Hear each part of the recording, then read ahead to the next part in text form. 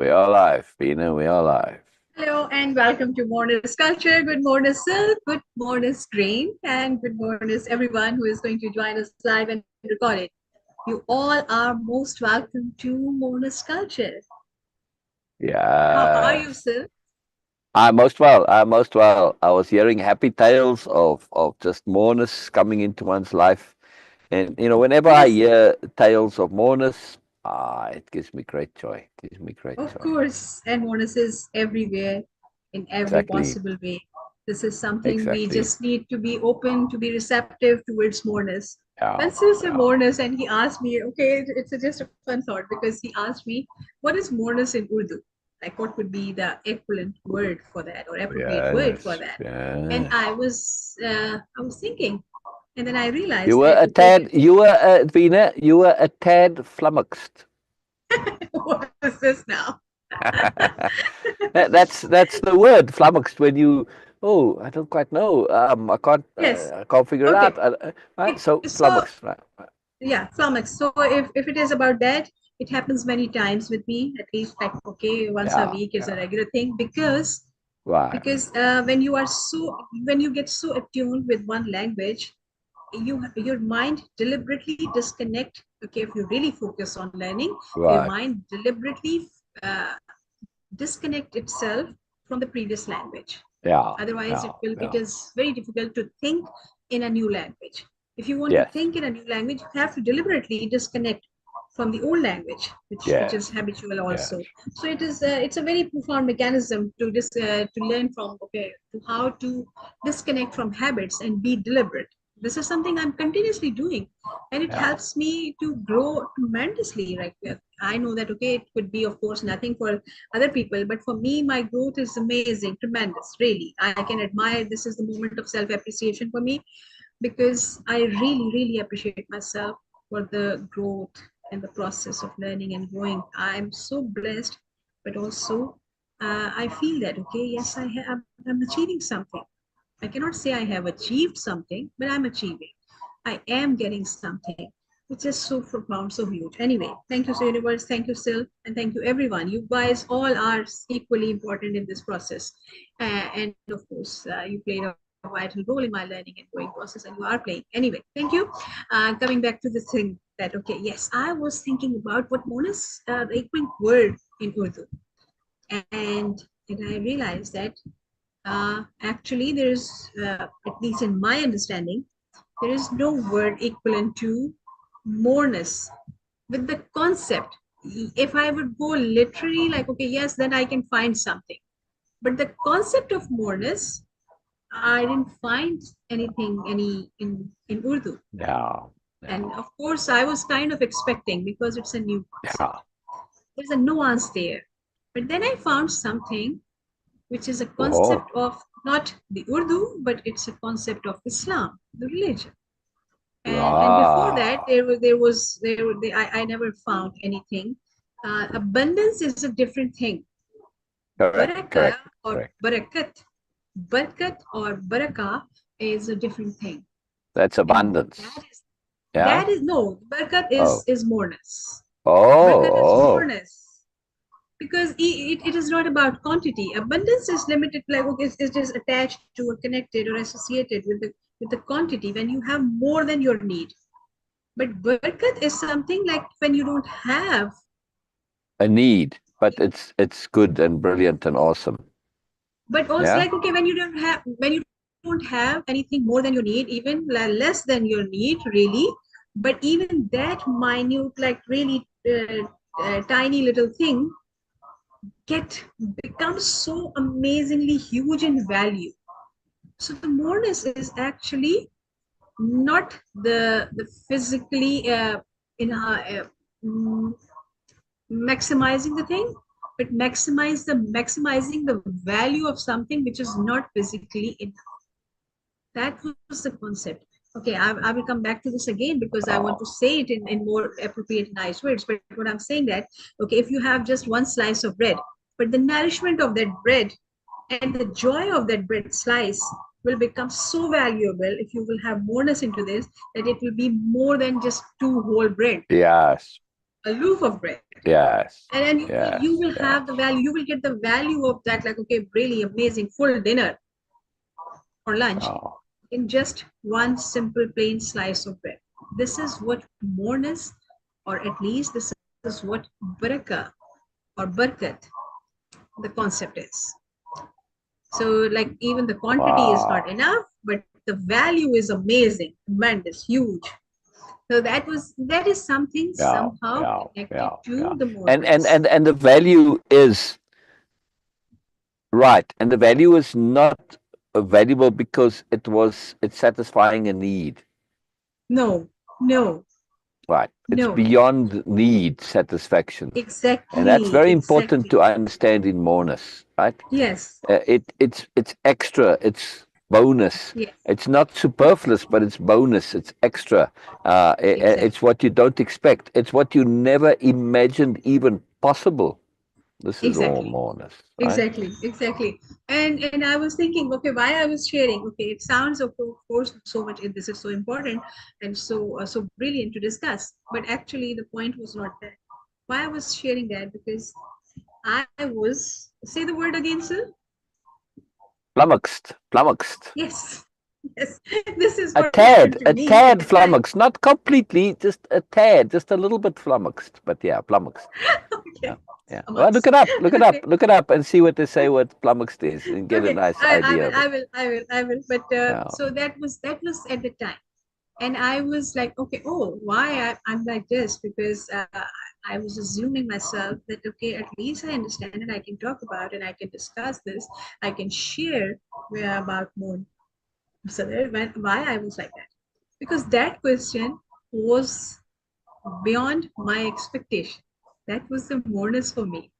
And I was like, wow, oh, okay, so yes, questions can come out of syllabus, out of your expectations, and that was right, something right. very good, because it really it pulls me out Yeah, of my comfort zone again, and pulls me into, like, really, okay, brilliant, now brilliant, Beena, brilliant. now again Yeah. refresh your understanding, okay, refresh your Ah, communication, refresh your skills again, there you and go, there you go, an there you amazing go. opportunity. That was an amazing opportunity, because I feel again in that same excitement when I was when in the beginning of Way-of-Impeccability. So that newness, that uncomfortableness, that with, oh, I'm not getting it, and I need to Wow. get it. That was something really, really beautiful for me. I love that. Oh, And I see was like, now that's why oh, when you said pulled out of my comfort zone, I think that's yes, not quite accurate. You were pulled out okay, of your usual zone, but you were yes, pulled yes, out of the usual into a moreness. So that's why exactly. you didn't go from, oh, this is uncomfortable, awkward. No, it was brilliant and profound. And Yes, that is and I and moreness. I That's and I moreness living, really, really, Beena. really. That's moreness Oh living yes, right I there. really enjoy. Since then, I'm enjoying this moment. Like, oh my God, I was Exactly. not getting it. Exactly. Okay, yes, now Exactly. I need to do, Right. because this having a spark, having something to look for, having something unresolved in your life. I know that I'm using the word which Yes. might be like, oh my God, it might be controversial, Yeah. but having things which are unresolved, which needs to be discovered and explored, is a Yeah. blessing, is a true blessing in your life, because it keeps you in a student mindset. Okay, again, the Exactly. student, quote unquote. This is Yes. something very, very, very magical secret of being always young. Yes. Really, when Exactly. you have that, Exactly. ego makes us rigid, not only mentally, Yes. emotionally, psychologically, Yes. but also physically. It Yes. start at after Yeah. certain Yeah. time, when you Yeah. have our ego riding us all the time. After certain time, it started materializing physically. You can see the Yeah. ego riding this person, and it makes Yeah. us rigid. It makes us rigid in every possible way. We can see how we are walking, how we are learning, how we are doing things, how we are communicating. Rigidness, you can see that, and that rigidness is directly connected to ego, because ego is Right. rigid. Exactly. Exactly. And ego is when you get flummoxed. You're like, oh, I don't know. I'm stupid. I'm lower in the hierarchy. People are going, come on, really. Flummoxed is a joy. It's mystery. You're going to now discover something by exploring this, right? And now And you're learning also, something new. You're connecting to moreness. This is a joy, a it's joy, a an joy, a joy. awakening also. It's an Exactly. It's awakening a that, oh, I need to, whole, I have something to learn more. exactly. It's a whole different paradigm. That's the key. Oh, That's the yes. key. See? Yes. And Shifting out I'm of the old enjoying this. paradigm into the moreness paradigm. Yeah, a different So paradigm. that It's was very, very, that very was important. a Yeah, brilliant question, Syl. That was something, and yeah. me not finding it, me not being able to respond immediately, like okay, quick It was the response. I search was not able that to do was that. the issue. Wow. And I'm Yeah, like, oh wow, it is out of syllabus, Beena. It is out of syllabus. And I yeah, love that. I love that. yeah, I'm still enjoying this. Thank you so much for yeah, giving me this yeah, opportunity because yeah. now So I'm I'm looking up. refreshed. Yeah. Oh, go ahead. Yes. No, no, I'm just saying that okay, What's that? I'm in my refreshing mood. Now I'm Yes, relearning mood again, yes, more yes. deliberately. Yeah, yeah, yeah. Right. So yes. Uh, Flummox, past tense, flummoxed, perplex someone greatly, bewilder. He was completely flummoxed by the question. Baffle, bewilder, mystify, bemuse, perplex, puzzle, confuse, right? Confound, nonplus, disconcert, throw off balance, disorientate, take aback, set thinking, bamboozle, discombobulate, phase, slump. Now you see, as you go through the synonyms, they start to get a little bit further away, right? I mean, you get the really weird one, floor, fog, buffalo. I never heard that one. To buffalo someone as a synonym for confuse, baffle, bewilder, right? Mystify, bemuse, perplexed, puzzled, yeah, confounded, yeah. So and you can take it negatively too, but we took taking it in the positive, right? To mystify, and bewilder, right? Bemuse, perplex, right? Puzzle, right? So it's just it's a very wonderful thing, right? Um, Mid-19th century, probably the origin of dialect origin flummox to make untidy, confuse is recorded in western counties and the North Midlands of England now, right? Use over time for flummoxed, it's gotten a great rise in use in the early in this century, and that's rather interesting. All right. Well, anyway, so now you get the idea of it's a little fun word of saying, well, I was a bit mystified, a bit puzzled, but didn't know, right? Confused isn't quite accurate, right? Because you weren't exactly No, confused, right?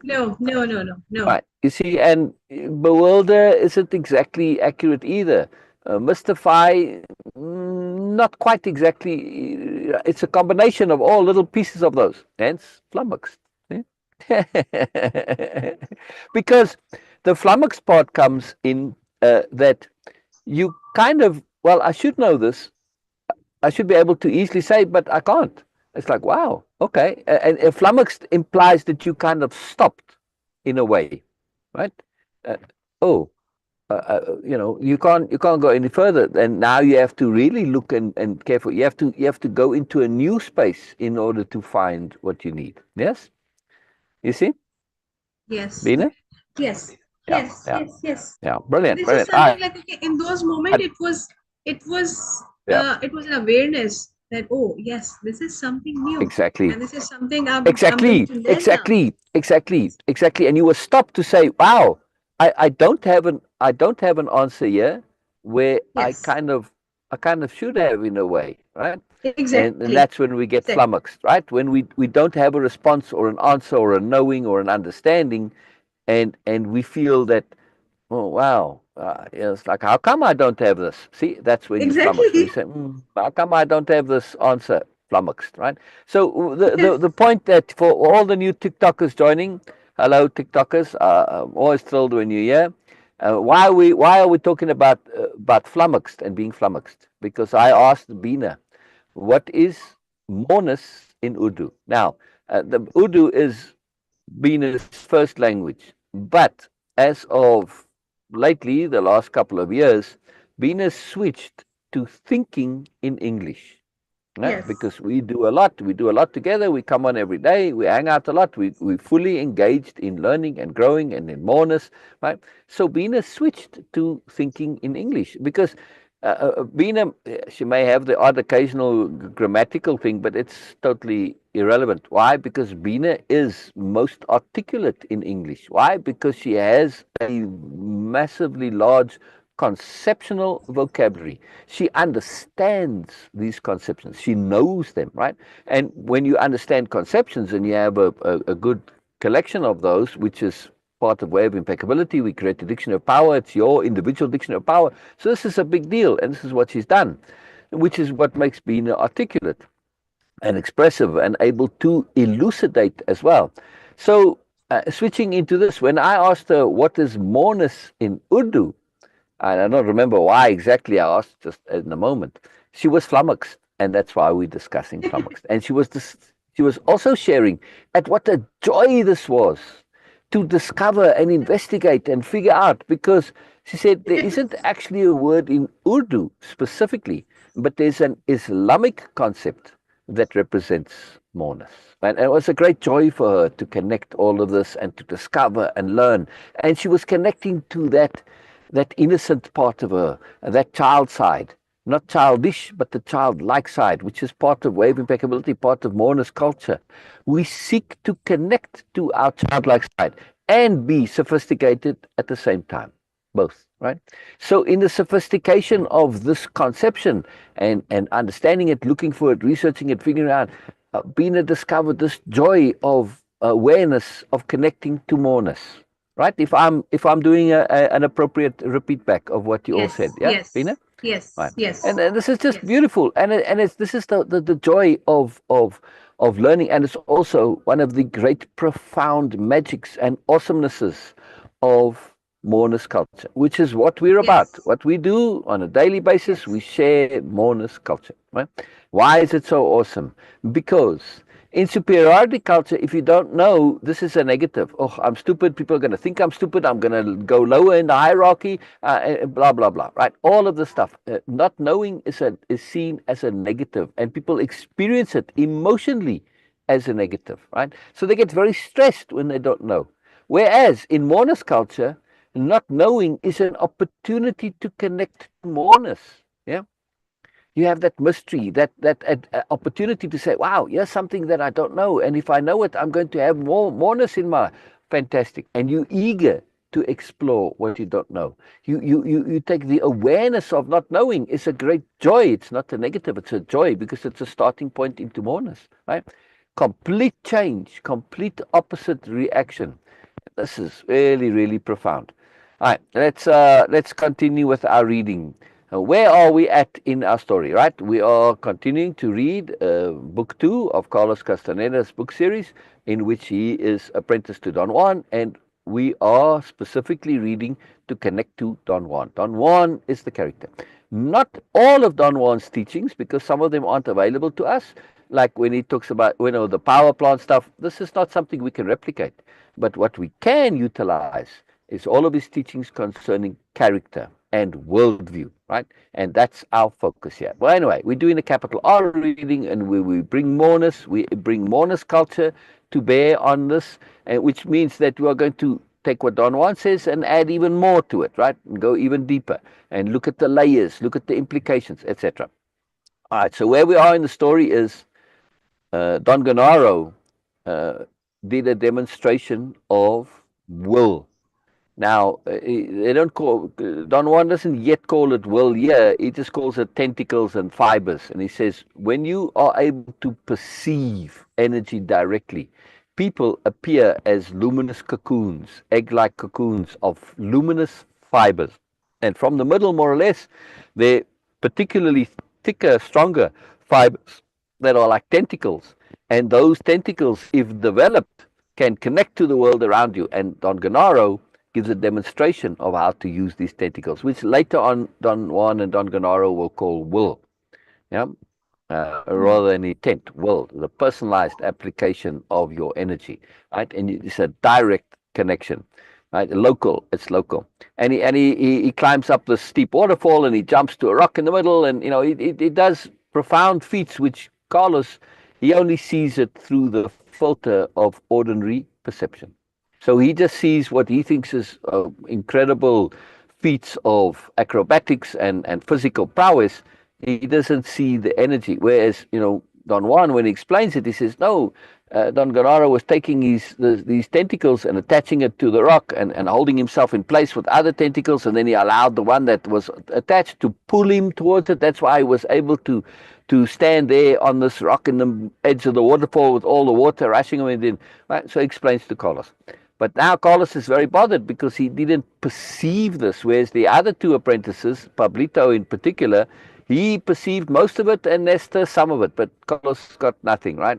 Carlos is a peculiar fool, as Don Juan says to him, to his face, right? He's kind of plugged up.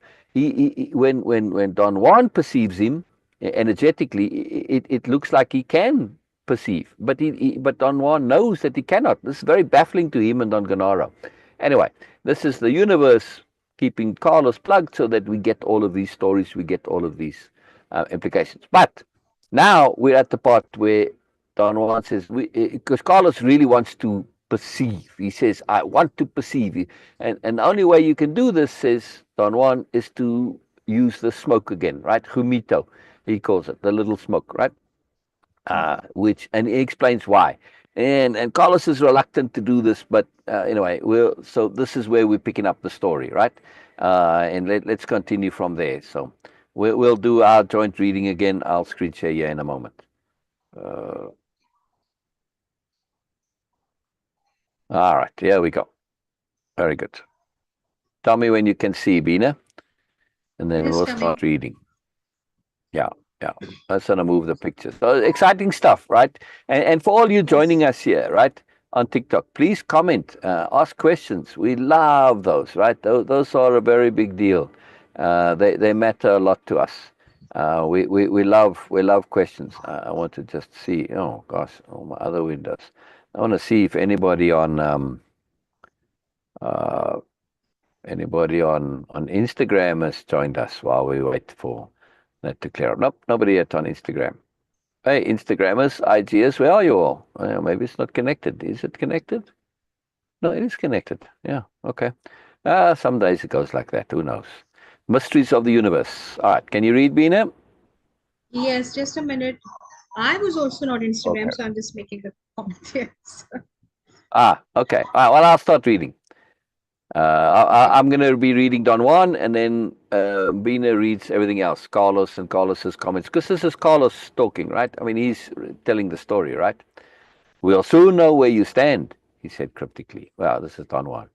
I'm reading a little bit of Carlos here now while Beena's busy. He said cryptically, he did not say anything else. After a while, he went outside the house. I followed him and stood in front of him, not knowing whether to sit down or to unload some packages I had brought for him. Would it be dangerous? I asked, just to say something. Everything is dangerous, he said. Don Juan did not seem to be inclined to tell me anything else. He gathered some small bundles that were piled in a corner and put them inside a carrying net. I did not offer to help him because I knew that if he had wished my help, he would have asked me. Then he lay down on his straw mat. He told me to relax and rest. I lay down on my mat and tried to sleep, but I was not tired. The night before, I had stopped at a motel and slept until noon, knowing that I had only a 3-hour drive to Don Juan's place. He was not sleeping either. Although his eyes were closed, I noticed an almost imperceptible rhythmical movement of his head.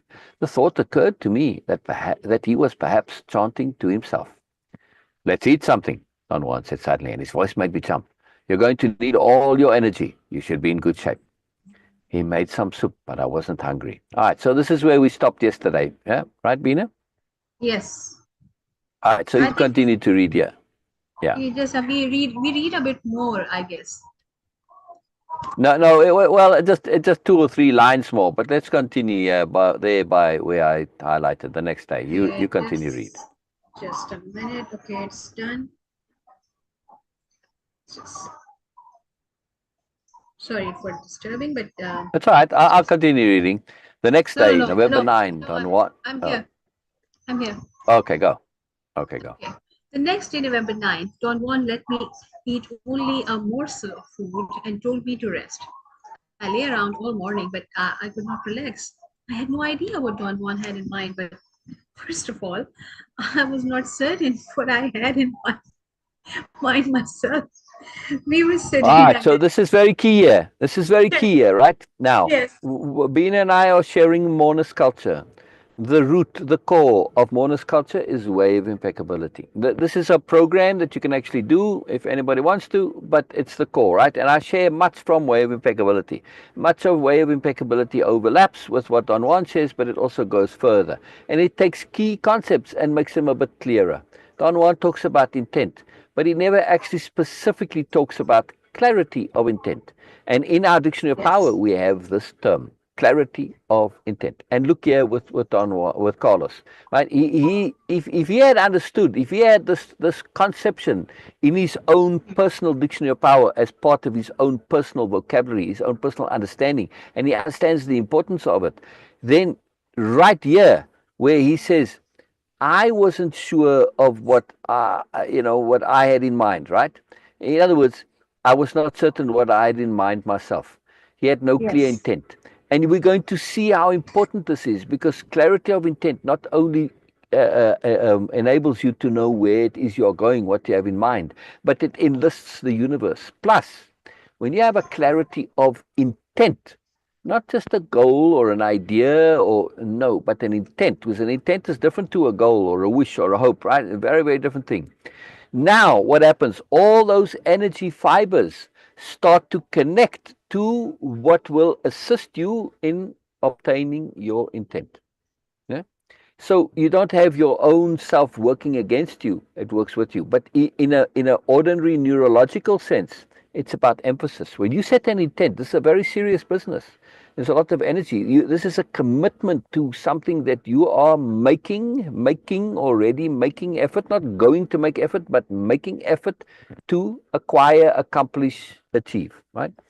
And as such, this is an emphasis. Emphasis literally rewires the brain. Now, when your brain is emphasized and focused on a particular thing, everything that is connected to it suddenly is also emphasized. Therefore, when you emphasize something, you notice what is relevant and pertinent and connected to it, especially if it's an intent, right? So a clarity of intent changes everything, makes a huge, huge difference. And we're going to see this examples of it. But I want to bring this conception of clarity of intent, right, with hyphens, because it's a singular conception. Clarity of intent, right? It's not three separate words, one, right? Clarity of intent, one concept, right? How important it is. All right, so the last thing there, please just reread the last part there again, please, of what Carlos says. okay, okay. I had no idea what Don Juan had in mind, but first of all, I was not certain what I had in mind myself. Yeah. We were sitting under his ramada around 3 p.m. I was very hungry. I had suggested various times that we should eat, but he had refused. You haven't You prepared your haven't pre- sorry. you haven't prepared your mixture for 3 years. You'll have to smoke my mixture. So let's say that I have collected it for you. You will need only a bit of it. I will fill the pipe's bowl once. You will smoke all of it and then rest. Then the keeper of the other world will come. You will do nothing but observe it. Observe how it moves. Observe everything it does. Your life may depend on how well you watch. Don Juan had dropped his instructions so abruptly that I did not know what to say or even what to think. I mumbled Hmm. incoherently for a moment. I could not recognize my thoughts. Finally, I asked the I could not first clear organize my thing. thoughts. Yes, I could not organize my thoughts. Finally, I asked the first clear thing that came to my mind. Who's this guardian? Don Juan flatly refused to involve himself in conversation, but I was too nervous to stop talking, and I insisted desperately that he tell me about his guardian. All right. So let's back up a little bit here and look at Carlos's methodology of engaging into something new. Yeah. Carlos Yes, is in his own peculiar way. He's very arrogant. He's not arrogant in a direct way, like arrogant people who walk around and puff out their chest and right. I mean, what we typically associate with arrogance, that's overt arrogance. But we also have inadvertent arrogance, which is just as devastating. And Carlos's inadvertent arrogance is that he cannot just accept what Don Juan says and say, okay, I hear you, you know what's going on here, and I just have to do what you do. He always thinks that in some way he knows more because, well, he's this Western guy, he's this academic and he's all studied and learned and blah, blah, blah, blah, right? So this inadvertent arrogance makes him unable to simply accept what Don Juan says. Let's go over Don Juan's instructions again, right? Um, right. You will smoke all of it and then rest. Then the keeper of the other world will come. You will do nothing but observe it. Observe how it moves, observe everything it does. Your life may depend on how well you watch. What more do you need to know? You need to observe. This is something new, something out of the thing. But Carlos refuses to simply accept that simpleness of it. No, he has to have more. What else? What else? What else? Because that's this fluff, this extra. This is his intellectual world, which is why I don't care to be called an intellectual. Yeah, because it's all about thinking you know because you've added a lot of extra fluff or reference and this citation and all of this stuff, right? Yes, it's good for understanding things that obscure things, but when it comes to doing and knowing, it's useless because there's no application involved, right? So intellectual knowledge is not the same as actual doing. In this case, Carlos has to do, and it's very clear what it says. You have to observe, you have to watch, very carefully. Your life depends on it. You can, at that point, if you told your life depends on it, you can have no other thoughts. You've already been told what to do. Any other thought is detracting from what you've been told to do. Observe, right? You see the underlying psychology, Beena, how it affects Yes. what he does, right? And I think this is Yes. important for us to learn from, that we don't Oh, fall into yes. the same traps as Carlos, right? So that when we do get the clear instruction, we just do. End of story. You just do. At some point, you have to say, yeah, but I don't know what exactly to do. Observe. You know this. This is not something that you need more. It's insecurity, which is, well, but what else, blah, blah, blah, all this. It's just insecurity. And that's Carlos's big issue. Carlos is profoundly insecure. All of his intellectualism, he knows, means nothing because he's meeting Don Juan. And Don Juan puts all of that stuff, it just cancels it all out, right? And this ability to directly do, this is what's key in Way-of-Impeccability. It's all about application. If you don't take all your learning and apply it, it's meaningless, right? So we need to, at some point, say, now it's about doing. Yes, and doing, you got to turn off all your chatter and do. Yeah, that's it. It's very, very important. This turning off of the chatter, right? Very, very crucial. All right, so let's see. Finally, right. So continue from there, Beena. This where Carlos Okay. now asks, right? Was this guardian? Don Juan flatly refused to involve himself in conversation, but I was too nervous to stop talking, and I insisted desperately that he tell me about this guardian. You'll perceive it. It guards the other world. He said casually. Okay, I'm really because this is something Oh, that's very all right. different. Yeah, Yes. yeah. No, I You'll need to you'll say that. perceive it. Yes. Yeah, you'll perceive it. Exactly. He said casually. Yeah, yeah. It Yes. guards the other world. What world? The world of the dead? It's not the world of the dead or the world of anything. It's just another world. There's no use telling you about it. Perceive it for yourself. With that, Don Juan went inside the house. I followed him into his room. Really? Okay. Yeah, Wait, yeah. wait, Don Juan. What are you going to do? He did not answer. He took his pipe out of a bundle and sat down on a straw mat in the center of the room, looking at me inquisitively. He seemed to be waiting for my consent. You're a fool. He said You're softly. not afraid. You just say you're afraid. Oh, wow. What? Very Sorry, powerful it is thing just Don my Juan personal says here. thing. Yeah, Yes. yeah. Yeah. No. That's why we share. This is our capital reading. Our reading is to share our emotional connectivity, our emotional reactions, our understandings, our awareness, our assumptions, our expectations, to go into this and to see the more. There's a moreness here, right? Yeah, You yeah, are a fool. Say this again, please. yeah. You're a fool. Now you And read. He said softly, and then I read that. Okay, okay, you're a okay. He fool. says softly. You're not afraid. You just say you're afraid. Yeah. Why? Because Keshav Carlos says, is insecure.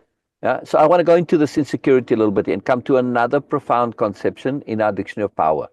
We already shared, well, two major ones, all right? Clarity of intent and application, right? Application, the ability to apply, right? To do, to put into use, to implement, right? So two profound concepts. We come to a third one, capital T, trust. Do you see how Carlos is completely devoid of capital T trust? Yeah? Capital T yes. trust is based on impeccability. When you've done Yes. everything that you can do, right? You've been thorough, you've been diligent, you've been scrupulous, you've been conscientious. Yeah? You said Yes. now you've done everything. When you come to the end of that and you make a decision, which he's already made a decision, he says, I want to perceive. He desperately wants to perceive. He has this as an intent, not just as a desire, as an intent. Yeah. Now this is how he needs to perceive. The universe is telling you clearly you got to go the steps. You've done your part. There's nothing more you can do, Carlos. Now you have to trust. But Carlos does not know about capital T trust, and he's not yet aware of impeccability either. He is actually, Don Juan has been talking to him about it, but it's not in his brain. In the next book, we're going to go back over the first years of the apprenticeship, where Don Juan talks to him about the warrior's way, as he calls it, and about impeccability and a whole bunch of other stuff, which he completely misses, right? But at this point in time, if he had actually heard Don Juan, and not just in 1 year out the other year, because it's not part of his world, and therefore he dismisses it, right? If he hadn't been arrogant, he would have seen, oh, okay, well, now I've got to trust. That's it. Go into this. I don't know everything that's going to be. All I have is that I have to observe, nothing else, right? And I have to Yes. trust in the rest. Very simple. And then the fear goes away. Yeah, because you know that you are going into something not willy-nilly. You're not going into it just randomly. You're going into it because you have no other choice. You've done everything that you can, and now you go in here. And that all you got left is to trust. And if you don't trust, then you diminish what you're doing. Yes? And now you bring fear into it. And when you go into something like this, and you bringing fear with you, your tentacles are all over the show, connecting to stuff that's going to now create the very thing that you're afraid of, or at least aggravate it and stimulate it and bring it into your life. So when you go into situations like this with fear, you actually, the more you fear, the greater your chances of getting what you fear are. Right? You heighten the chances of the thing you're afraid of happening. That's why capital T trust is so important. Because now you're doing the absolute reverse. Your intent, your fibers are all geared and focused towards complete and utter trust that things will work out good and positive and right and connect to moreness. And therefore you create this. When we understand our interactivity with reality is interactive, we have a part, we play a part in shaping our reality. Not entirely, but at least towards raising the chances or lowering the chances of things happening, right? When we realize that we are part of that, of changing the percentage, the chance of things happening, everything changes. So I can't change my reality in totality. I don't have enough power to do that, but I can make a difference on the chances of things happening. Yeah, make sense, Beena? Yes. Yeah, Yes. yeah. I mean, I thought that was really a nice exemplification of now Yes. altogether clarity of intent, impeccability, capital D trust, application, all of it coming together, right? And when we understand it through the connection of these fibers, everything changes because those fibers are connected to everything around you, right? They're all connected, right? All right, all right. Yeah. So I'll read this again. You're a fool. You're not afraid. You just say you're afraid. Yeah. You shook his head slowly. Before we go, we got a long connection from Joseph. Hello, Joseph. Yes, Hello, good Joseph. morning, Joseph. Good morning, Good morning. Joseph. Good morning. So Joseph comes regularly, for those of you who don't know, and Joseph says a lot of wonderful things, and we have great conversations, and it's brilliant. So Joseph says he's connecting to what I said earlier about childlikeness, right? And Beena's sophisticated, childlike moreness of attitude and mindset and emotional connectivity, mood management. That's what she was doing, mood managing, right? And she was sharing and being and living Moreness-Culture. When she was flummoxed, this flummoxed was a positive, and it led to a great positive. And I mentioned that we strive in Moreness-Culture and Way-of-Impeccability to maintain our childlike side, to have the ability to be childlike, but also to be sophisticated at the same time. That's there we don't fall into childishness, right? To understand the difference between the two. So Joseph says, childlike, a attitude or way of being we usually learn in childhood. It is accessible to us still in adulthood when we need to or choose to enable it. It is part of our base, include and transcend. We choose to not live in a childlike state. So in that sense, we have grown past it or transcended. But it is always included in our total makeup. Yes, exactly. It's a very nice Yes. takeaway here. Very nice repeat Yes. back, actually. It's more of a repeat back than a takeaway. We don't eject it. We might reject aspects of it that are not useful to us today, but we don't reject it in toto. Yes, exactly. In this way, it is like culture. Our culture is always there if we want to revisit or use it. It is part of our total makeup. It is always Yes. accessible to us. It is included and transcended by us. There are always deep moreness in our traditional culture. Yes, exactly. Like the importance of sharing, reciprocity. Only a fool would reject that this is not of the fabric of life. The stands of life are encoded in our traditional cultures in a profound and deep way. To not have a respect for this knowledge base of our ancestors is to be on a pathological path ultimately. Yes, very well said, Joseph. Very, very well said. To understand that childlikeness and culture, to equate the two here in the way that Joseph is pointing out, is precisely what I was sharing. And Joseph, this is exactly how I do see culture. It is something that is a part of us that we utilize. But as we grow, it's a part. It's not our totality. And that was my whole point the other day when I was talking about culture. This is the whole point.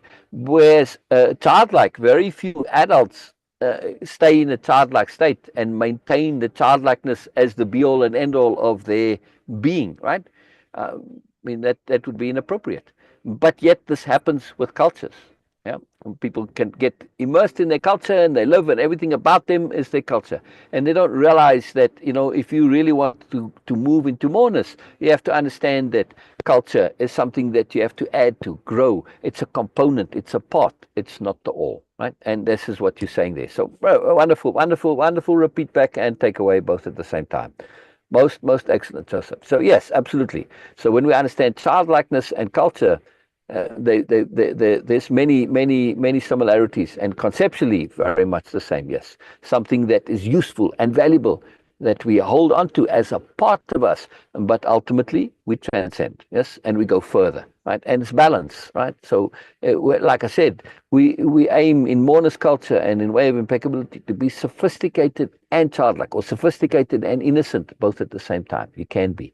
You can be, absolutely can be, right? And this is very, very powerful. And likewise, when we look at culture, we can have a much larger, greater culture and still have that connectivity to a culture that we wish to hold on to because it's valuable. We may have cultures that we don't wish to hold on to because they're not valuable, right? It all depends on the particular culture. I mean, there's always value, even if it's a negative culture. There's value in understanding the negativity, right? But you're not associating, you're not identifying it. But this is what I was also making a point of. If we are going to transcend our culture, We have to be very careful of identifying, because when you identify, you automatically pull yourself down towards that particular bubble, right? It's like if I identify as being childlike, I'm going to struggle to be mature and sophisticated and aware, etc., right? And all of the other things that are not childlike. So it's all about how we identify. We have to be very careful of identity. Yeah. And I was thinking of you, Joseph, and I thought I'd ask this question. And I just ask it for anybody, everybody listening, right? I'd love to see some answers. And I'm asked a very simple question. What are you? I include you in this, Beena. What are you? Joseph, what are you? Everybody watching TikTok, IG, YouTube, Facebook, what are you is my question. Say the first thing that comes to mind. Energy patterns. Now, wonderful. Wonderful, wonderful, Beena. Right. Now, most people, when you ask them this question, they'll say, I'm a father, I'm a mother, I'm a doctor, I'm a nurse. You know, they'll either go, or they will maybe say, you know, I'm a man, I'm a woman. It depends. So people identify in different ways. They identify according to gender, or they identify according to occupation or profession, or things like mother or father, which aren't an occupation or a profession, but you know, I don't know if you could maybe call them a vocation, but you know, they have a focus to them. And then somebody will say, well, you know, I don't want to be limited by that. I'm a human being. Well, for me to say I'm a human being is also limiting. Because when I say I'm a human being, there's conditions that go with this and qualities, right? We have a typical understanding. Human beings don't perceive energy directly. They can, of course, but in our understanding, if you ask the typical, what do you mean by a human being? A human being is not somebody they're not even aware that you can perceive energy directly, right? So human being can be potentially quite limiting too. Like Beena said, I'm an energy pattern. I'm a sentient being. I love this. I'm an energy pattern. Yes, I'm an energy being, or an energy collection, an energy pattern. I love this. And as such, right, you can open this up and go anywhere. So when we say, what are you? If your answer is a definition, you're automatically limiting yourself, right? I mean, again, too, I said people go by occupation, profession, gender, and they also go by nationality, by culture. You know, they'll say, I'm Japanese, or, you know, whatever their particular nationality is, or then a particular culture within a nationality. You know, like somebody who's living in Spain may say, well, I'm Basque, I'm not Spanish, you know. Well, all right, you know, and they're identifying very strongly with a particular culture, right? And this is, like I said, when you identify with something that's limiting, you have to be careful and be aware of that, right? So this is part of self-conception, which is a major part, understanding self-conception. If we have self-conceptions that are limiting, we are going to be limited. It's very simple, right? Because we're in charge of ourselves. So we want self-conceptions that are open-ended. So this self-conception that Beena shared, I'm an energy pattern, like, man. An energy pattern is something that can change, right? It can vary, it can grow, it can shift, it can adapt, right?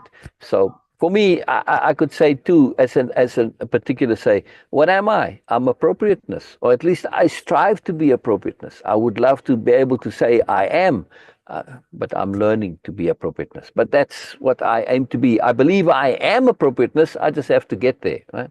So I really am it. I just got habits that I've accumulated and acquired that are preventing me from being what I really am. Or I could say I am moreness, right? We all are. Yes. We all are. It's not me particularly, right? But energy pattern, I like this very much, Beena. And I will add this to my collection of self-conceptions. This is a very profound thing, right? And I'm really making this point because we see how Carlos's worldview, which who are you and what are you, particularly the what part, those relate to your worldview. Yeah. And that worldview can be very limiting. That's why I say, even to say I'm a human being can be very limiting, because human being goes with connections to it. Every conception is connected to other conceptions, right? So we have to be very careful of this, that we don't inadvertently limit ourselves, right? And this was my point about culture. They can be very limiting if we identify wholly with that culture. We can identify it as a part of us. But if I identify wholly with my childlike self, I'm going to basically be in my childlike state, right? Which is, Yes. anywhere from, 2 to 10 years old, or even, okay, that would be teenage after that, right? So child, single digit, you think of more or less, right?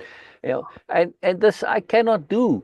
I like my childlike side, but I cannot identify as childlike.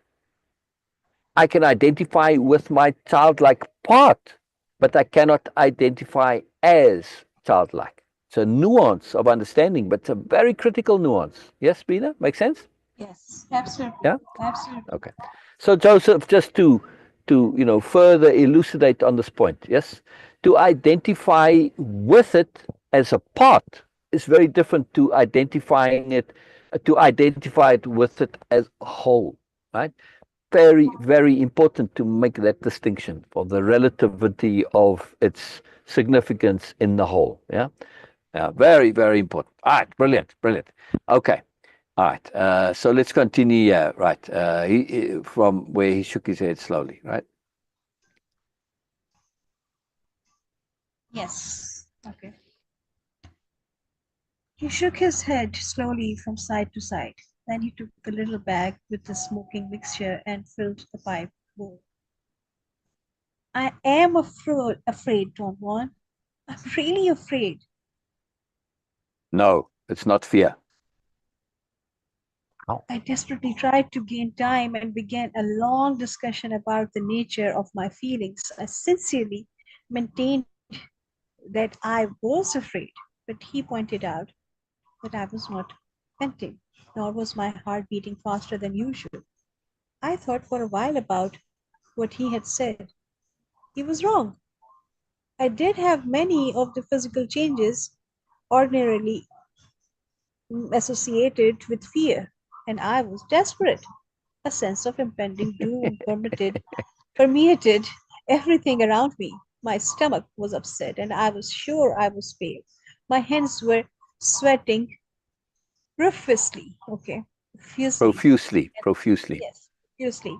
And yet I really thought I was not, and he really thought, and yet I And really thought, wow, I was not afraid. What is this now? yeah, What? now he's changed. Yeah. I mean, and yet I really thought I was afraid. Not afraid, but he's changed it. It's upside down now. So okay.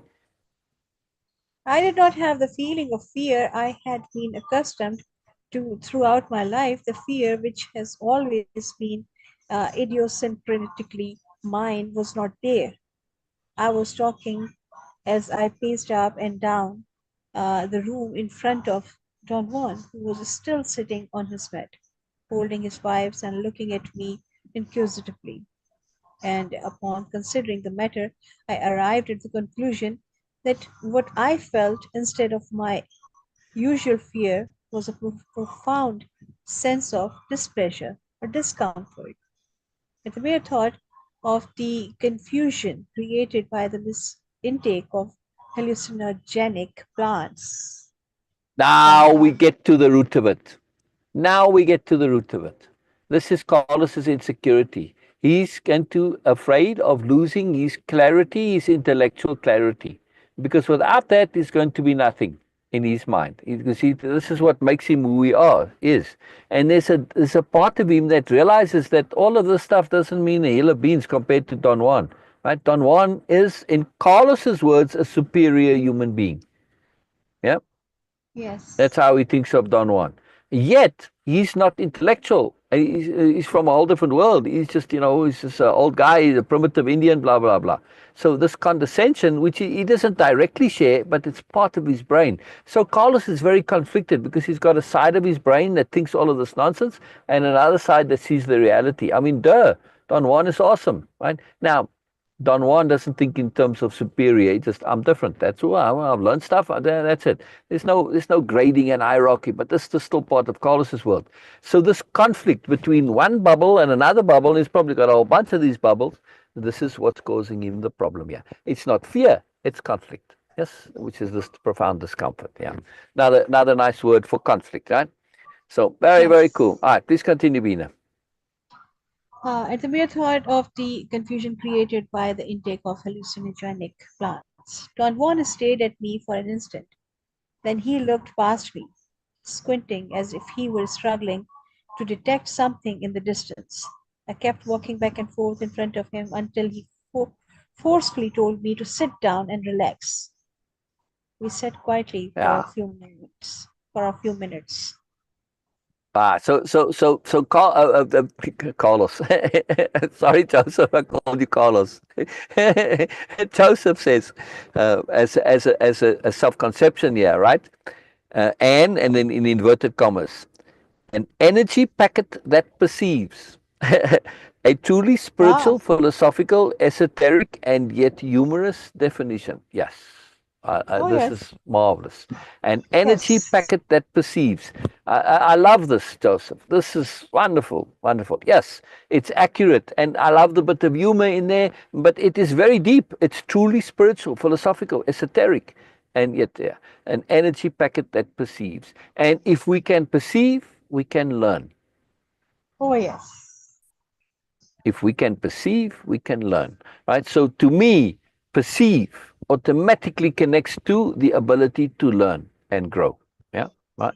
Because I don't think you can really perceive, truly perceive, without having the ability to learn and grow, right? Because perception almost always, or typically, or often, involves some kind of a change. You perceive, and then you have to adapt to it. And in that adapting and connecting, you adding a little bit, you figuring out, you concluding, you making an extrapolation of some kind, you adding, you putting things together, and that's all part of learning and growing, right? So to me, learning and growing and perceiving very intimately connected. And therefore, if we can perceive, we can learn and grow.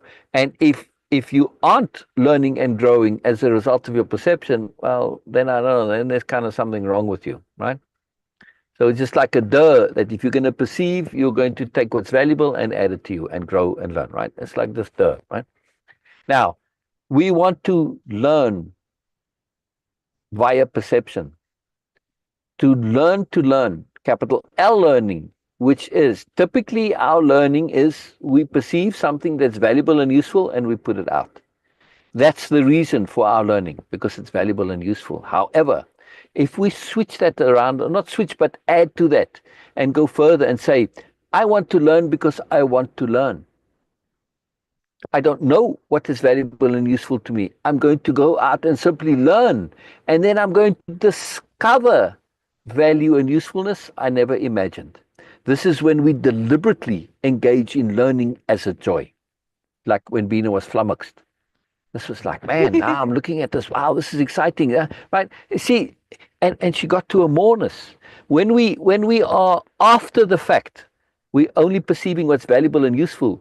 This is limited by our awareness of what is valuable and useful. And when we realize how limited that is, oh my goodness. Yeah. So now I'm not just perceiving and taking what's valuable and useful to grow. No, I'm perceiving for the pure joy of it.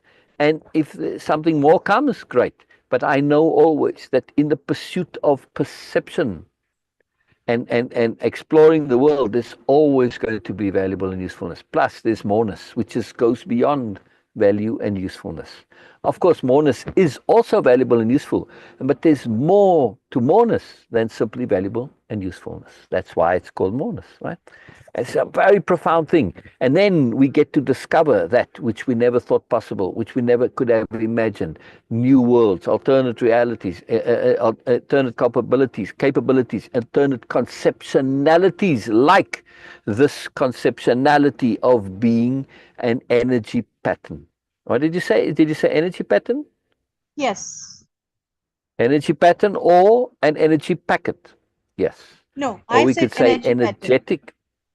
No, I Yeah, said yeah, energy energy pattern. pattern. Joseph said Right. is an energy packet. Energy packet, right? And both, right? So energy pattern, energy packet. I like pattern as well. I like packet both, right? I mean, I do like the implications of pattern, because this is very key. because a pattern is something that can easily be changed, right? I mean, if you think of music, yes, you got the beat and the rhythm, and the drummer's going, okay, well, you can change it, whatever. See, the pattern can change in a beat, right? I mean, you hear in music sometimes the pattern changes. Yes. We can do this too. So when we think of pattern, we might think, oh, something that repeats forever. Yeah, maybe so. But when you think of complex patterns, right, especially in music, they have much variation to them, and they can completely change in an instant, right? I mean, you have music sometimes. You get, and suddenly it changes, and the song is, in the middle of the song, it becomes something else entirely. It's like, wow, okay, cool. Well, as people, we can instantaneously change our pattern. And this is what attunement is to connect our pattern to universal pattern, whatever that happens to be in the moment. This is attunement. Yeah, it's just attunement. Yes. So pattern is very, I mean, we could call ourselves a harmony, very sophisticated understanding of pattern. I'm an energetic harmony. Oh, I'm a harmony, which means I'm harmonizing with something. Well, now I'm living in attunement, right? So my harmony is dependent on something else, which is what harmony is. Harmony is something it's harmonizing with something, so it's not on its own, right? Whereas you're an energy pattern, you can just be on your own. But when you're a harmony, you have to be connected to something else. So when I say I'm an energetic harmony, I'm implying that I am living in attunement. Or at least I'm aware of the effect on me. Yes, I might not always allow the full effect of it, but at least I'm aware that there is potentially that effect. So this is the sophistication of moreness, right? See? There's more to it. Always more, right? So we start with something, and when you are not limited and in your conceptionality, look how we took energy pattern and energy packet and say, wow, okay, let's go a bit further. We get this harmony. We could continue with this, when we'll probably spend our whole time doing this. We just let it be. It will come organically. We're going to continue with our story, right? All right, so we're going to continue here, please. Here we go. Here we go. See what I was saying earlier? Now, Don Juan is bringing it up directly, which is very nice to see, because not always does this happen, right? You don't want to lose your clarity, do you? Okay.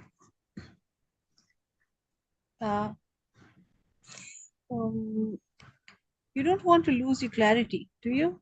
That's me. I already read that. You don't want to lose your clarity, do you? That's very right, Don Juan. He laughed with apparent delight. Clarity, the second enemy of a man of knowledge, has loomed upon you. You're not afraid. But now you hate to lose your clarity. And since you're a fool, you call that fear. Get me some charcoals. All right, so this is very key, what I was saying earlier, right? Yes. Now, when we say, again, clarity, little c clarity, yes? Yeah. So I would say to be a little bit more acute, more precise, right? And more elucidatory with language. Be really clear. You don't want to lose your perceived clarity. That's what I would have said to Carlos. Because to say clarity, just in the usage of language, it implies the overall in general. And you say, yeah, but of course I don't want to lose my clarity. Clarity is a valuable thing. But when you say your perceived clarity or your believed clarity, this is a different thing. Now I am implying through perceived or believed to say bubble, right? And Carlos is in a bubble. His intellectual clarity, he thinks is the be all and end all. He mistakes it for clarity in general and not for a bubble clarity, right? He's afraid of losing that bubble clarity. And now he's going to be in a different world where he's nobody, he's nothing, because he has no value, he has no way of dealing with it. At least so he believes. Why? But he doesn't have any trust. And he does not have way of impeccability as his core.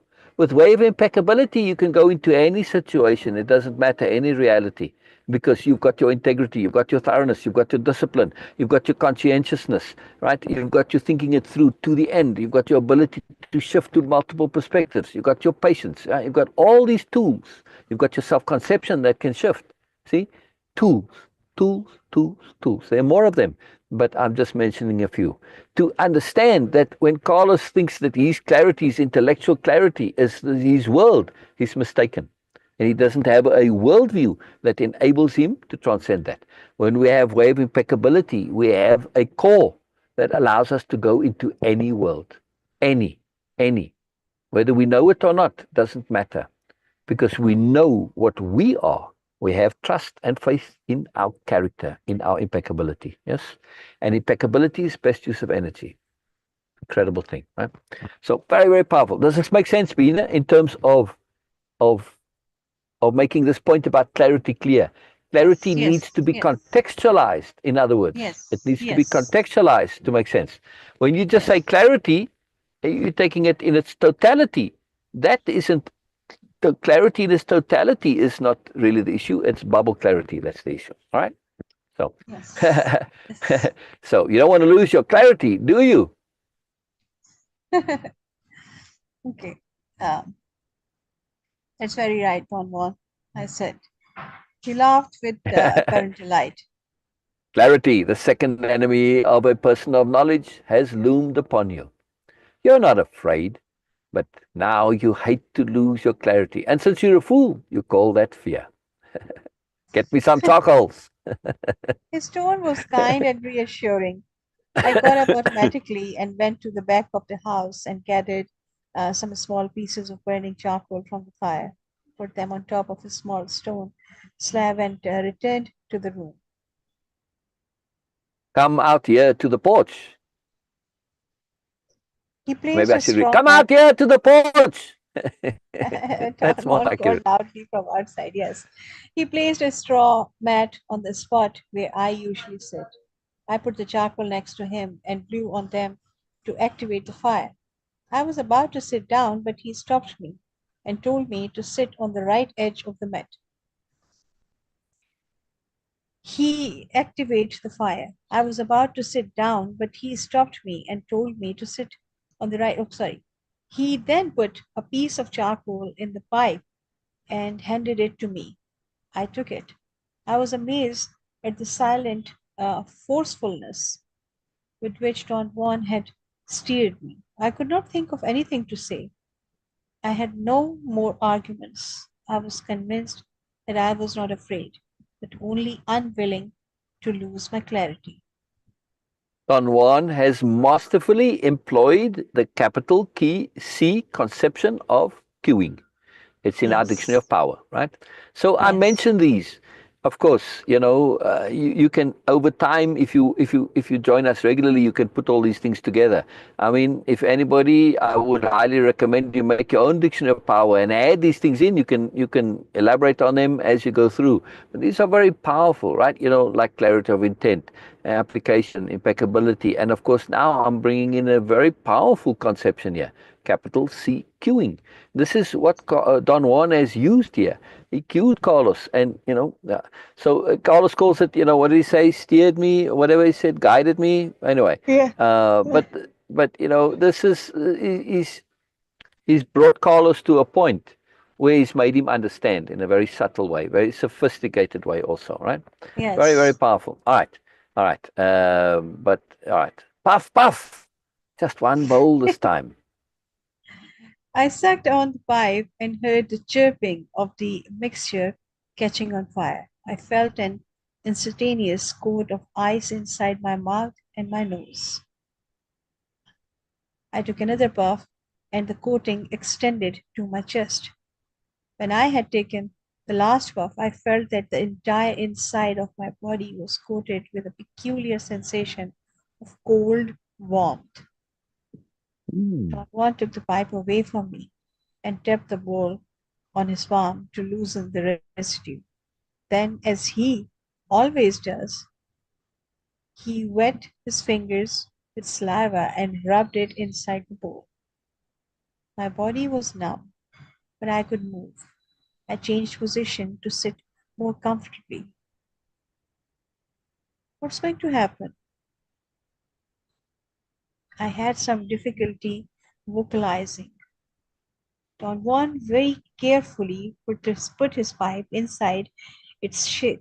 Teeth, teeth. Yes, yeah, its sheath, and rolled it up in a long piece of cloth. Then he sat up straight, facing me. I felt dizzy. My eyes were closing involuntarily. Don Juan shook me vigorously and ordered me to stay awake. He said I knew very well that if I fell asleep, I would die. That jolted me. Let's just stop right there. Get Let's out of just stop bed. right there very quickly. Hang on, Yes. Beena. Look at the subtle Yes. cueing here. And leverage, capital L leverage, another term in the dictionary of power. Look how Don Juan is leveraging Carlos, right? All right, instead of going into the understanding of leverage, let's just go over that, right? He said, I knew very well that if I fell asleep, I would die. He didn't say, Carlos, if you fall asleep, you're going to die. He said, Carlos, Yes. you know very well that if you fall asleep, you're going to die. Why does this make a difference? Think of it psychologically. If it's coming from outside, I have to believe you. But if you say it in a way that when I think about, oh, I know that if I fall asleep, I'm going to die. Oh, yes, you're right. Now it's my truth. My truth is much more powerful than your potential truth, which I have to believe is a truth, but I don't know for sure. But when it's my truth, I already know it's a truth, and now I have to act on it, right? So now he's like, oh, I know if I fall asleep, I'm going to die. Okay, I better stay awake. See the difference? See how he leverages him?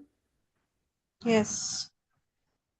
Very Yes. brilliant, right? Very brilliant. Understanding of psychology. This is why it's part of Way of Impeccability, right? That we need to understand psychology. We need to be masters of psychology. Yes. Yes. And not traditional, regular psychology, our own understanding of psychology, which is just understanding the insides and really motivation and understanding conceptionality like this, right? And belief.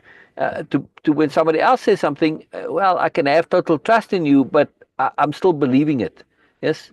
And I may go with what you do, but it's not nearly as powerful as when I'm doing so. Yes, when it's my own choice, my own belief. Now, if Yes. Don Juan had felt that Carlos didn't believe this, then he would have pressed upon him from outside. But in this case, he could leverage him from inside. Much more powerful, right? Much more powerful.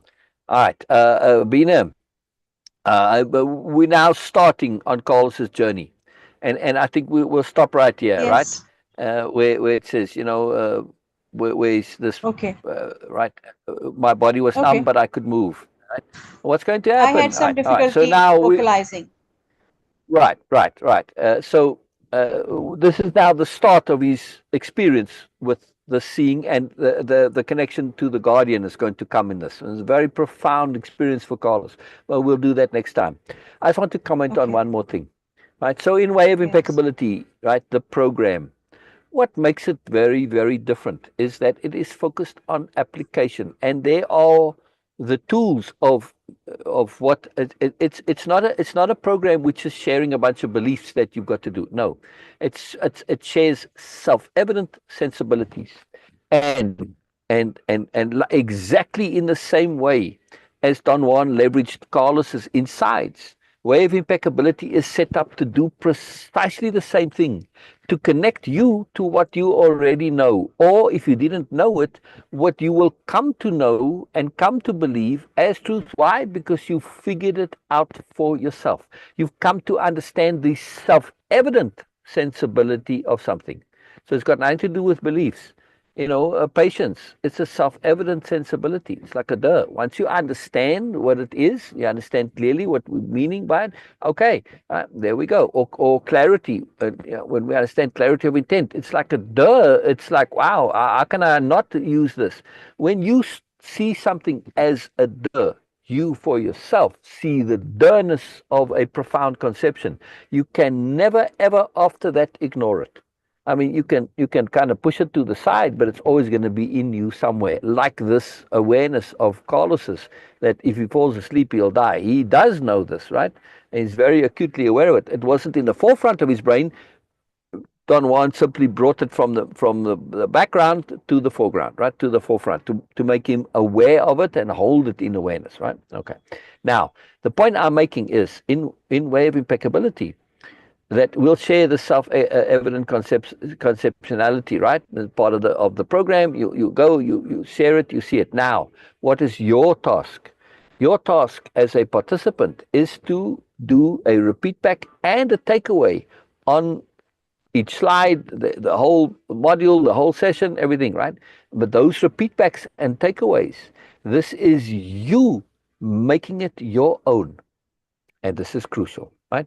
So yesterday, or the last time I was on, I had a long, big discussion. And look what Joseph did. He came, and Joseph is not a participant, at least not formally, of Way of Impeccability, but in Joseph's own path. Joseph is growing, learning, as we all are, right?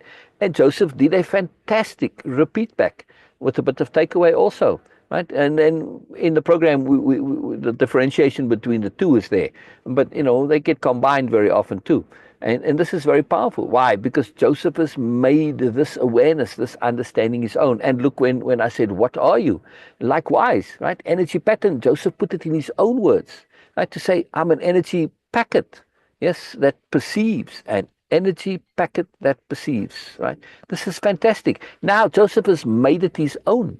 See, this is the magic, the power, the awesome of Way of Impeccability. It's not about me saying this, and you believing me. No, please, I don't ever believe me. Make it your own, because then it has power. That's exactly what Joseph is illustrating in the first long thing that he said, and then later on in a different point, right? This is incredible, and this is the power, and this is what we do in Way of Impeccability. It's just, it's just a bit more structured, or a lot more structured, right? Then we'll do it on a slide-by-slide basis. We'll share slides, got some conceptions, much like we're doing here now. When we elaborate on it, but I'm just sharing perspectives and ideas. I'm not necessarily taking things and making it my own, because I've done this long time ago, right? So I'm already sharing what's made my own. So I'm not always sharing the process of making it my own, because this is not new to me. It wasn't new to me, at least the majority of it, when I came to it in the first place. Some of it, yes, and was very cool. But the majority, no. The underlyingness, the way of impact, no, that was already there. But so I'm making the point, though, about repeat backs and takeaways. It's all about making it your own. If you just go around believing people, it means nothing, right? You see like a meme, you see a wisdom meme. Wow, that's so cool, that's so huge. Does your life change because you've read all these memes? No. Why? Because you haven't made it your own and you haven't applied it, right? So now in that making our own there's an application involved too. Because if you saying a great truth, you laying it out, you understanding it like Joseph did there, right? Elucidated very clearly on this whole point of things being a part of you. Now it's your truth, and you can't not live it. You can't not be it. It adds to you. It changes you, whether you think it's changed you or not. It does, right? Because your internal conception of the world has changed, which means you change. Right? This is very, very powerful. And when your conception of the world changes, you change. When the conception of yourself changes, you change. Right? You want both. Very, very powerful stuff. But making it your own, especially when you take it really into your body and you feel it, absolutely critical. That's why I don't care for the whole intellectual title. I might sound intellectual, but no, you've got to feel. You've got to feel what you know. If you don't feel it, you're wasting your time. Yeah. Very, very, very important to understand. Very, very, very critical. All right. On that note, we'll end it, and we'll come back tomorrow. All right. No, we will come No, we back won't come back Sunday. tomorrow. Actually, We will not come on Sunday. yeah. Yeah, actually, we are going to be, well, we might have some lives, but they will be different. So we're going to Yes. continue not on this Sunday, but the following Sunday. Why? Because Syl is going to go on a most wonderful adventure. I'm going to go and attend a massive, great, big, huge, it's like the largest author conference in the world, right? Yes. It's a really big deal. And I'll be there. I'll be in Las Vegas where the conference is for a whole week. So this is kind of fun, right? And Yes. but also I hope to be able to do some lives from the conference, or at least from Vegas, right? So at least to share, because I like sharing, and sharing is a big deal. Yeah. So Yes. this is Yes. pretty cool. This is pretty And we cool. are going to have different, of course, many pictures. I hope. I'm kind of queuing here that okay, Yeah. we will we will have many pictures and we will have Oh videos, yeah. Oh yeah. and Oh of yeah. course we are Oh going yeah. to have many stories also. It is, Yeah. of course, the conference itself is a big huge deal. It's the most Yeah. profound Yeah. Yeah. event for authors Right. internationally. but also that there is something, of course, different and unique to this thing, because Syl is going there not only to attend the conference, but to, of Yeah, course, extract moreness, and this is going to be exactly. the main intent for us. So Exactly. yes, okay, we will see that if we can come tomorrow or not, because Right. then we will Right. have a whole week of different. Right. But we will see. We will see Yeah. Yeah. as So appropriate. We will see. exactly. Exactly. So what I'm hoping to do is, well, I do want to do some sharing of Vegas itself because Vegas is a very different place, right? And there's a lot of moreness to Vegas, and I'll explain what I mean when you do this. But also, I'm hoping to, like, during lunch break, right, in the conference, if there's things to share about, to do a live, which may be a little later, about what I've connected to, what has been shared, etc., in the author conference, right? So I'm hoping to do some sharing about the author conference and Yes. about Vegas, right? And we'll see how it goes. We don't know. Yes. We're just going to go into it and trust, have capital T Yes. trust, and as appropriate, we'll do what we can. Joseph said about you can ignore it, you just can't unlearn it. Yes, that ignore is a qualified ignore because when we say ignore, we're setting it aside and it's not a part of us. So, yes, we can do this, but it's only being ignored by a part of us, not by all of us. That's why you can't unlearn it. So, it's still there, you're just not connected to it, right? So, it's not a true ignore, but I guess that's what ignore means, right? Something Okay. is there and Yes. you're just not paying attention to it.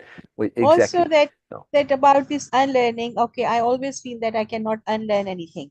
So no that way. was my It's very idea, that I difficult. was always refusing that I It's cannot very unlearn. difficult. Yes, Very I can difficult. Yeah. relearn. Like Right. energy. Once the Correct. energy, the matter Correct. is there, it can Correct. change its shape and color, and of course the overall Right. Right. characteristics, but it is Right. going to stay.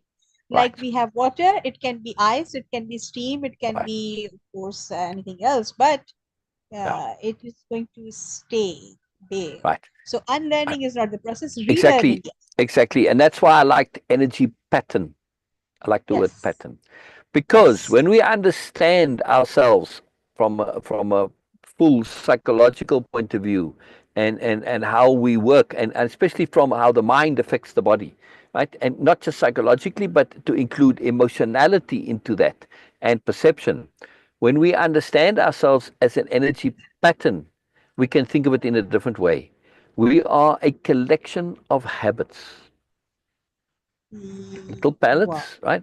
Now, when we think of our computer, what is your computer but a collection of habits? Each little program, isn't that just a sophisticated habit that's affecting your computer, Yes. right?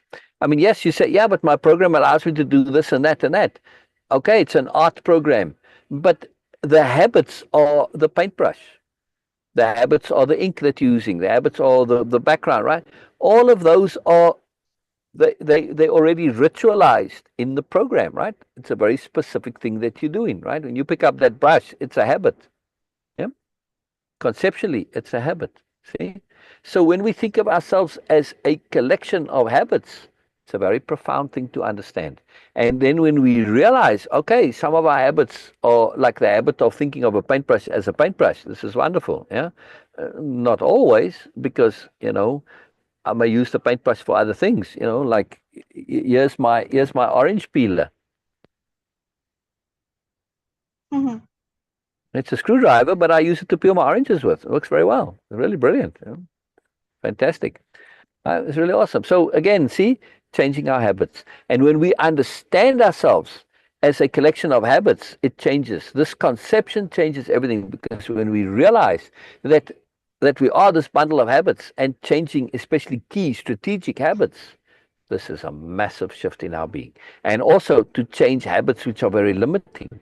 Yeah. And that is absolutely critical.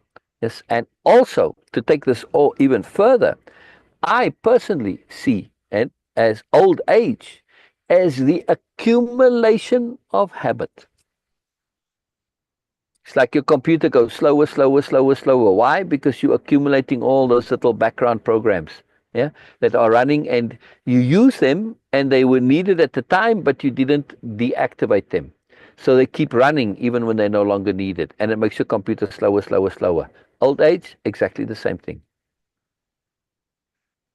Very profound what I'm saying. Old age is the accumulation of habit.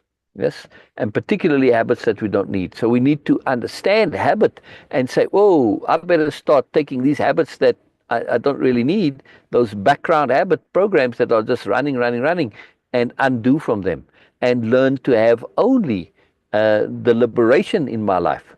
Yes, I may be doing the same thing repeatedly, but I'm doing it deliberately." Right? That way, it doesn't sit there and run as a habit when I no longer need it. Right? So Yes. deliberateness is a direct counter to old age. Yeah? Very powerful. We will come Right? back to this later again, and we will Yeah. discuss. Yeah. And Yeah. I assume that maybe when we will do live from when Syl will be in Vegas, we will do lives like normal discussions. Like Joseph, Yeah. we would love you Yeah. to join if you can, and of course all of you guys, whoever is Oh going to yeah. watch Oh it yeah. Oh recorded, yeah. join us, and then we will discuss things other than Yeah. Yeah. Don Juan and Carlos. We can discuss things like this, Yeah. Yeah. and Yeah. so many other things, fun thing also, when we what we will observe or what we want to explore more, and we will do that. So they are going to be a different, like, okay, Syl's diary from Yeah. Vegas, and we are going to just watch that. So okay, thank you Brilliant. so much Brilliant. everyone for Brilliant. joining us. Brilliant. Real quick, I uh, want to just do a shout out to the YouTubers. 58 yes, York Road. I hope that's York Road in York has joined us. Also, yes. Breezy Going Crazy has joined us, and I hope it's a Oh good wow. positive crazy because there is positive crazy. And then also, of course, the magical, wonderful person who is Lubna Siddiqui, 325, has also joined us. So, yeah, Oh, yeah, thank you brilliant, everyone brilliant. for joining Hello, us. Lubna. You Hello, always see Lubna. so many views, but very Yeah, rarely people just mention their presence there. But okay, please right, do leave a right. mark. If you are Always, there, do leave a always. mark. Yes, A please. comment. Say hello, give a wave, Yes, smiley do face, leave your whatever. mark that you Leave were your there. mark. Leave your mark. Leave a Yes, leave footprint. your mark. Leave a footprint. Yes, Exactly. leave a footprint. And digital Yeah. footprinting is a big, huge deal. Oh yeah. Big, Oh big, yeah. huge deal, and it is going to be more valuable in future. Yeah. Again, I would say that okay, please be mindful about what you are doing online, and of course Yeah. what you are doing Yeah. Yeah. offline also, but especially online, because again, a reluctant astrologer is just giving you a reminder, like okay, a kind of a hint that from February 2025 we will see a different world emerging quite like in a big huge way. Wow. Wow. This is Yeah, next year, February 25. Yeah. yes, humanity never in the known history never experienced this before, what Wow. is going to happen.